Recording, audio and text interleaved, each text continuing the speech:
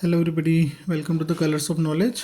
और हम कक्षा 9वीं की जो पूरक परीक्षा 2025 है उसका प्रश्न पत्र हल कर रहे हैं। इसमें आज हम प्रश्न क्रमांक 8 जो है उसे हल करेंगे। ठीक है, अब देखिए इस प्रश्न में क्या लिखा हुआ है कि आपका सत्यापित कीजिए कि 2 इस बहुपद का शून्यक है।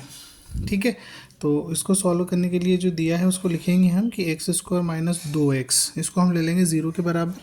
ठीक है, अब यहाँ पर x कॉमन निकल रहा है। देखिए यहाँ पर एक्स स्क्वायर है और यहाँ पर 2x है, तो x कॉमन निकल रहा है, यहाँ बचेगा x माइनस x बाहर आ गया है तो 2 बराबर 0। ठीक है, अब यदि आप क्या करते हैं x माइनस 2 को 0 के बराबर लेते हैं तो क्या मिलेगा आपको, x बराबर 2 मिलेगा। ठीक है, तो यही आपको बताना था कि सत्यापित कीजिए कि 2 जो है वो बहुपद का शून्यक है। तो 2 मिल गया आपको, है ना। शून्य का मतलब x का मान। ठीक है, तो यह प्रमाणित हुआ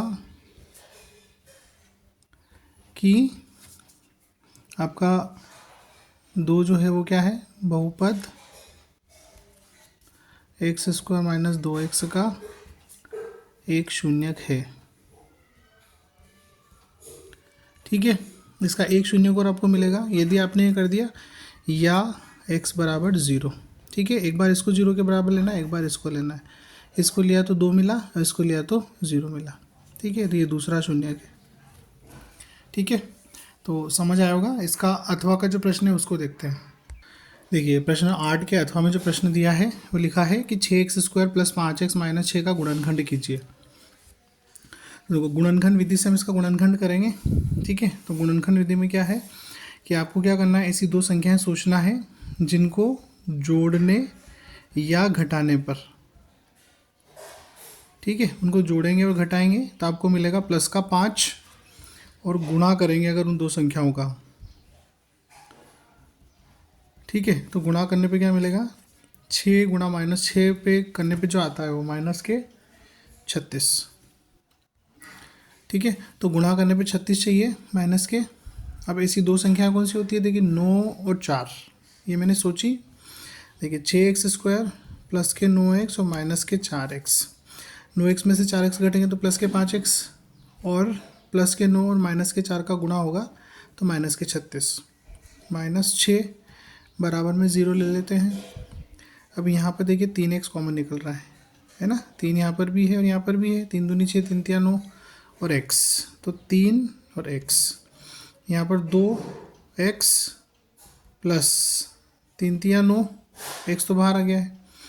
यहाँ पर क्या कॉमन आ रहा है, यहाँ पर 2 कॉमन आ रहा है। देखिए 2 दूनी 4 और 2 तिया 6, तो माइनस भी है, माइनस 2। यहाँ पर 2 दूनी 4x है ना, मतलब कि 2 दूनी 4x हो जाएगा, तो 2x अंदर रह गया, फिर प्लस 2 तिया 6 बराबर 0। अब 2x प्लस 3 ये दोनों में है तो कॉमन आ गया, क्या बचा, 3x माइनस 2 बराबर 0। ठीक है, अब इसको हम, ये इसके गुणनखंड हो गए, है ना। अब x के 2 मान यहाँ से आपको मिल जाएंगे। देखिए पहला मान इसके से मिलेगा यदि 2x प्लस 3 बराबर 0, है ना। ये 2 गुणनखंड मिले तो 2x प्लस 3 बराबर 0 ले लिया। 2x बराबर 3 को वहाँ भेज देंगे, राइट साइड में पक्षांतर कर देंगे तो प्लस का है तो माइनस का हो जाएगा। x बराबर ये 2 माइनस 3 के नीचे चला जाएगा। ठीक है, या 3x माइनस 2 बराबर 0, तो 3x 2 पक्षांतर करके उधर प्लस के हो जाएंगे, x बराबर 2/3। ठीक है, तो ये गुणनखंड हो गए और ये इसके हमने क्या कर दिए, मान निकाल दिए x के। ठीक है, आप यहाँ तक करेंगे तब भी आपका प्रश्न का जो उत्तर है वो पूरा हो जाता है गुणनखंड ज्ञात करने के लिए।